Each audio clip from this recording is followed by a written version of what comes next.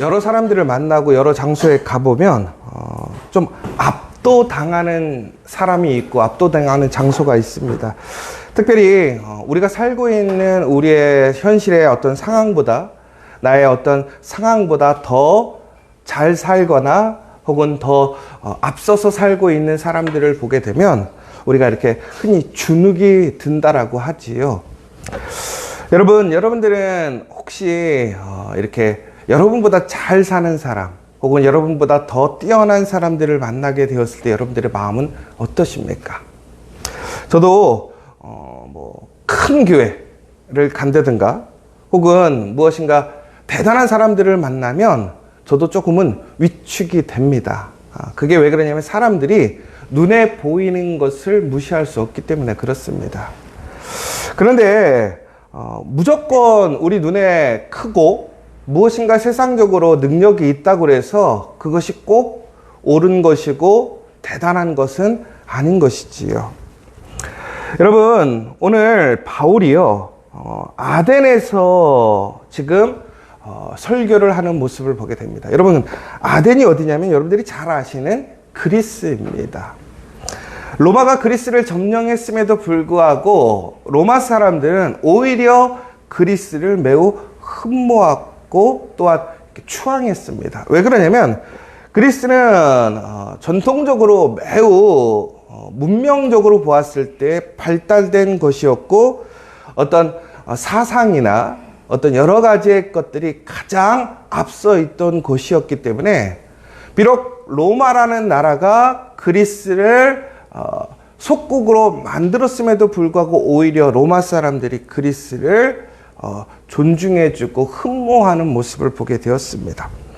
그처럼 그리스라는 곳은 모든 나라가 특별히 그 유럽 지역에서는 가장 중추적인 사상의 핵심지였고 또 모든 문화의 중심지였던 곳입니다. 그런데 바로 그런 곳에서 오늘 바울이 그곳에서 설교를 하고 있다라는 거예요. 그런데 여러분, 그 바울이 그곳에서 설교를 할 때에 흔히 얘기해서 그 사람들이 바울을 존중해서 그를 흔히 얘기해서 스피커로 어떤 초청 강사로 존중하는 의미로 그를 부른 것이 아니라는 사실입니다. 그 사람들은 전혀 생각도 하지 않고 신경도 쓰지 않는 한 사람, 그 바울이라는 사람이 그곳에서 오늘 하나님에 대해서 이야기를 하고 있는 거예요. 그런데 그리스 사람들은 그곳에 이미 많은 신들이 있습니다. 그래서 하나님을 그 중에 하나의 그 이방의 신들 중에 한 사람으로 생각하는 정도밖에 여기지 않습니다. 그러니까 바울이 오늘 그 자리에서 하나님에 대해서 이야기를 한다라고 하는 것은 어찌 보면 매우 위축되어 있는 상황이 될 수 있을 것이고요. 또 요즘 세상적으로 얘기하면 홈이 아니라 어웨이인 거죠.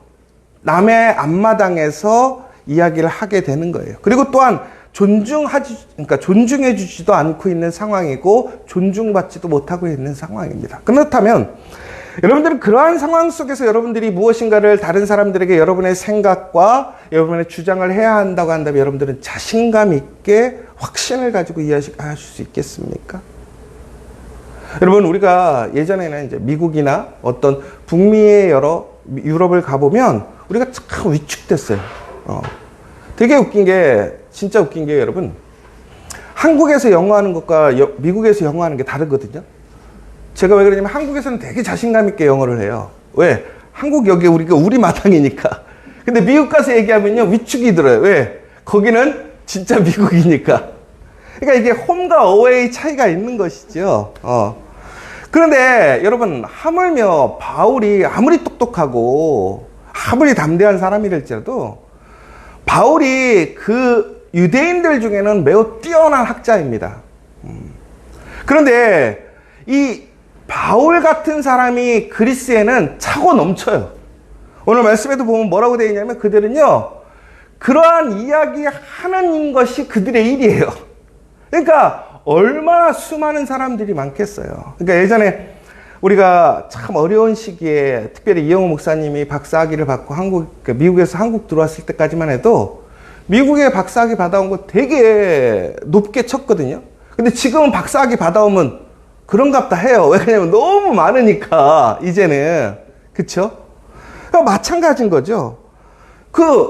그리스에 그렇게 수많은 사람들이, 똑똑한 사람들이 있고, 학위를 갖고 있는 사람들이 있는 가운데, 흔히 얘기해서 이상한 나라에서 온 한 사람이 신학자라고 자기들도 모르는 신에 대해서 이야기를 한다고 하는데 얼마나 많은 사람들이 관심을 가지고 이야기를 하겠습니까?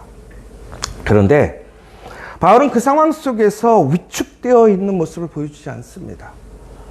오히려 바울은 그곳에 우상이 가득한 것을 보고 마음에 격분했다라고 되어 있습니다. 이 격분했다라는 것은 어떤 얘기냐면 매우 화가 나고 성질이 나고 싸움을 할 때 그러한 단어를 쓰는 거거든요.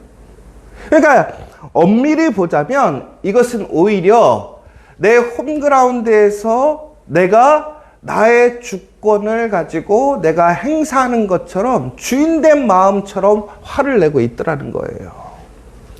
그러니까 이게 얼마나 웃기겠습니까? 그 사람들이 보기에는. 여러분들은 오늘 살아가면서 여러분들 이 세상 속에서 여러분들은 그리스도인으로서 이런 자신감과 담대함을 갖고 살아가십니까? 우리가 그리스도인이라고 하지만 우리의 현실과 상황과 조건 속에서 우리는 세상에 그런 어떤 웅장함과 대단함 속에 우리는 위축돼서 그저 그것을 비판하고 그냥 깎아내리고 아니면 그 자리를 피해가는 것으로 우리는 살아가고 있지 않습니까? 그런데 바울은 그러지 않고요. 호랑이를 잡으려고 호랑이 굴로 들어갔다라는 거예요. 그리고 아주 담대하게 자신 있게 그들과 무엇을 했습니까? 변론을 했다라고 되어 있어요. 여러분, 우리가 무엇인가 우리의 생각과 다르고 내가 기대하는 것과 달랐을 때 우리는 보통 어떤 반응을 보이냐면 화를 누구든지 낼 수는 있어요. 그런데 문제는 그곳에 있고 싶어 하지 않아요. 왜 그러냐면 나를 존중해 주지 않으니까, 내 이야기를 듣지 않으니까. 그런데 여러분, 우리는 보통 그렇게 되면 그냥 거기에 대해서 비판하거나 비난하거나 혹은 그것은 나와 상관없다라고 나는 그냥 그곳에서 떠나버릴 때가 너무나 많아요. 요즘 속된 얘기로 여러분, 부자는 잘못된 겁니까? 아니죠. 돈이 많다고 잘못된 거 절대 아니에요. 여러분, 그러면 가난한 사람은 선한 겁니까? 절대 아니에요. 부자냐 가난한 거가 중요한 것이 아니라 부자일지라도 하나님을 알고 하나님의 말씀을 따라 살아간다면 그것은 선한 사람이에요. 그런데 가난한데 게으르고 노력하지 않는 가난함 속에 있는 사람이 부자를 비판한다고 해서 그것이 올바른 것입니까? 절대 그렇지 않더라는 거예요. 또한 마찬가지로 부자이지만 자기의 부만을 의지하면서 그것을 기쁨으로 알고 가난한 사람들을 업신여기고 존귀 여기지 못한다면 그것이 올바른 것입니까? 올바르지 못한 것이죠. 그렇다면 우리는 그 사람들에게 분노할 수 있어야 된다는 거예요. 올바로 살아가지 못하고 올바른 목적으로 살아가지 못하고 하나님이 아닌 것을 의지하고 살아나가는 사람들이 있다면 그것에 대해서 우리는 담대하게 이야기할 수 있어야 돼요. 가난하다고 무조건 편들어주고 가난하다고 불쌍하다고 하는 것이 절대 아니에요. 여러분, 그런데 중요한 것은 그런데 그것이 비판하거나 정죄하는 태도는 잘못됐다라는 거예요. 요즘에 많은 것들을 보면요, 사회가 매우 이분법적으로 나눠져 있어요. 진보와 보수가 극렬하게 나눠져 있죠. 그런데 안타까운 게 뭔지 아십니까? 진보는 무조건 보수가 잘못했다고 얘기해요. 보수도 마찬가지예요. 여러분, 중요한 것은 우리가 그곳에서 상대방을 그냥 비방하고 비판하고 잘못됐다라고 얘기한 건 누구나 할 수 있어요. 자기들도 그렇게 살지 않으면서 오히려 열심히 살고 부를 누적한 사람들을 비판하는 진보들 얼마나 많은지 몰라요. 그리고 뒤에서 얼마나 잘못된 자신들의 그러한 불법과 불의를 행하는 일들이 지금 얼마나 많이 있습니까? 뭐 보수는 뭐 더 이상 할 얘기도 없고요. 그렇다면 여러분, 중요한 건 뭐냐면 바로 그 가운데서 우리는 그들을 외면하고 비판하는 것에 멈추는 것이 아니라 변론할 수 있어야 된다는 거예요. 여러분, 변론한다는 것이 결국은 무슨 얘기냐? 말싸움을 하라는 것이 아니에요. 오늘 왜 바울이 오늘 이곳에서 격분하여 변론하였을까요? 바로 아테네는 변론하는 장소였기 때문에 그래요. 결국은 무슨 얘기냐면 그들에게 복음을 증거한다라는 것은, 그리스도인으로서의 우리의 삶을 나타낸다고 하는 것은 바로 그들이 이해할 수 있는 모습과 방법을 통해서 그들에게 전달하고 보여줘야 한다는 거예요. 여러분, 우리가 지금 많은 세상의 변화 속에서 왜 우리 지저스 처치가 특별히 해야 할 일이 많다고 얘기하는지 아십니까? 요즘 이 세상을 우리는 물질 만능주의의 시대라고 얘기해요. 그런데 문제는 뭐냐면 그 물질이 만들어지는 곳이 어디입니까? 일터라는 거예요. 일터. 여러분, 일터에서 전국에는 하나님을 나타낼 수 있는 방법은 뭡니까? 어떻게 그리스도인으로서 그 일터에서 살아가는가를 증거하고 나타내는 거예요. 하나님을 통해서 그곳에서 진심으로 한계와 그러한 어떤 도전 속에서 우리는 좌절하거나 비판하는 것에 머무는 것이 아니라 하나님의 말씀으로, 담대하게 말씀으로 살아가서 그곳에서 멈춤 없이 하나님의 복음을 증거하고 살아내는 것이 바로 우리가 해야 할 사명이고 본분이라는 거예요. 바울은 바로 그렇게 살고 있어요.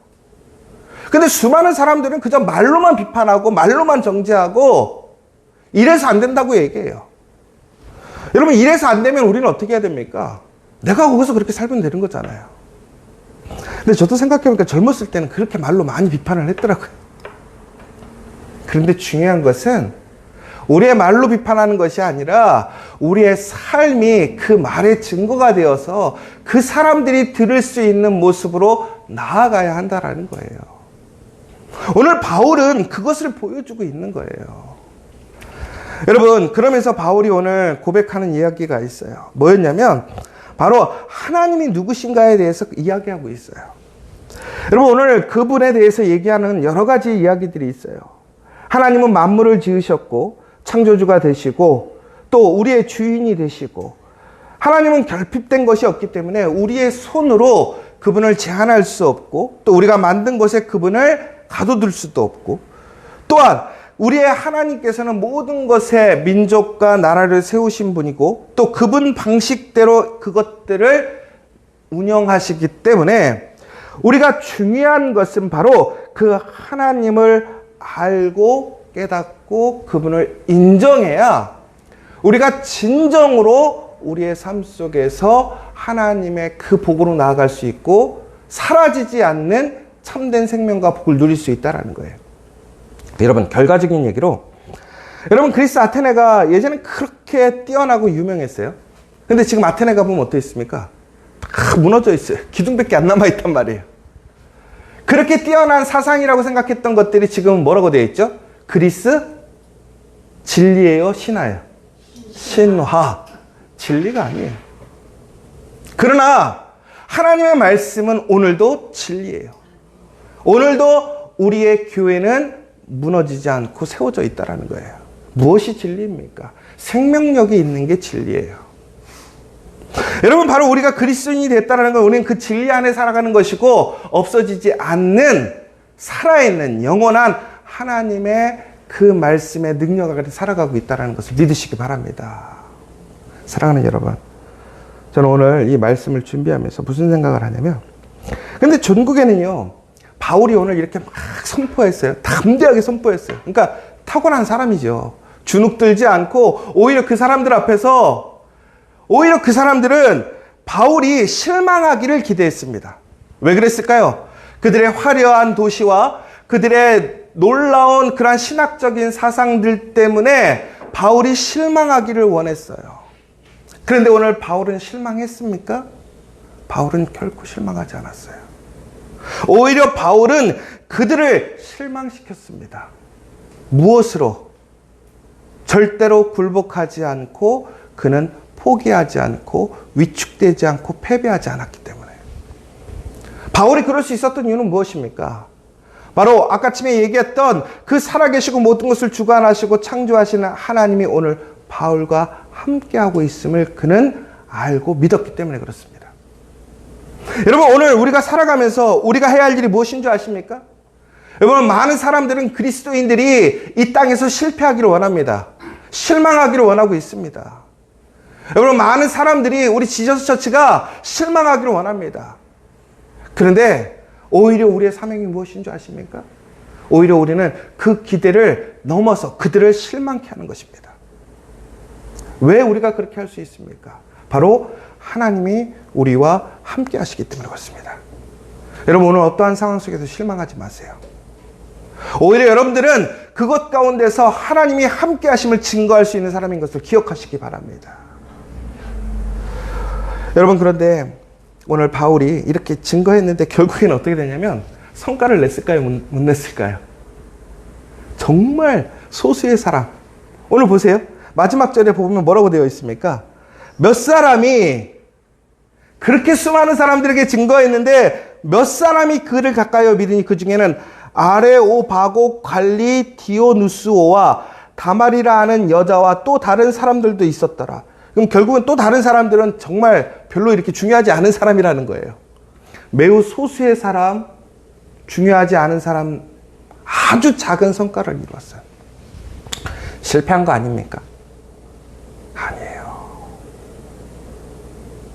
지금은 별것 없어 보이죠? 그러나 전국에는 그 이후에 어떤 변화가 일어났습니까? 여러분, 우리가 하는 일들이 그런 담대함과 믿음으로 행해도 오늘 우리 앞에는 그 결과가 당장 크게 보이지 않을 때가 있어요. 우리 지저스 처치에서 하는 모든 사역들이, 일들이 지금 당장 내 눈앞에는 대단한 것처럼 보이지 않을 때가 있어요. 여러분, 우리가 어제 한서병원을 다녀왔어요. 거기에 와플대학이 세워졌어요. 근데 정말 뜻깊었던 게 그 와플대학 1층에 그 1층을 전체를 다 카페를 쓰기를 소망했던 게 10년 전의 일이었어요. 그런데 안 돼서 상황에 맞춰서 한 칸을 쓰다가 또 만들려고 했다가 멈춰 있다가 정말로 귀한 은혜와 사랑의 나눔을 통해서 그곳이 정말 우리가 10년 전에 원하던 그 모양으로 세워졌어요. 여러분, 중요한 것은 그 10년의 기다림 속에 하나님의 뜻은 이루어지더라는 거예요. 믿음으로 우리가 멈춤 없이 탐대하게 나아가면 전국에 우리는 실망하는 것이 아니라 하나님을 찬송할 수밖에 없다라는 거예요. 오늘 여러분, 그 담대한 믿음으로 오늘 내 손에 쥐어지는 그러한 성과나 그 보이는 것에 위축되지 마시고 실망하지 마시고 오늘도 탐대하게 나아가서 승리하는 저 여러분 되시기를 간절히 소망합니다.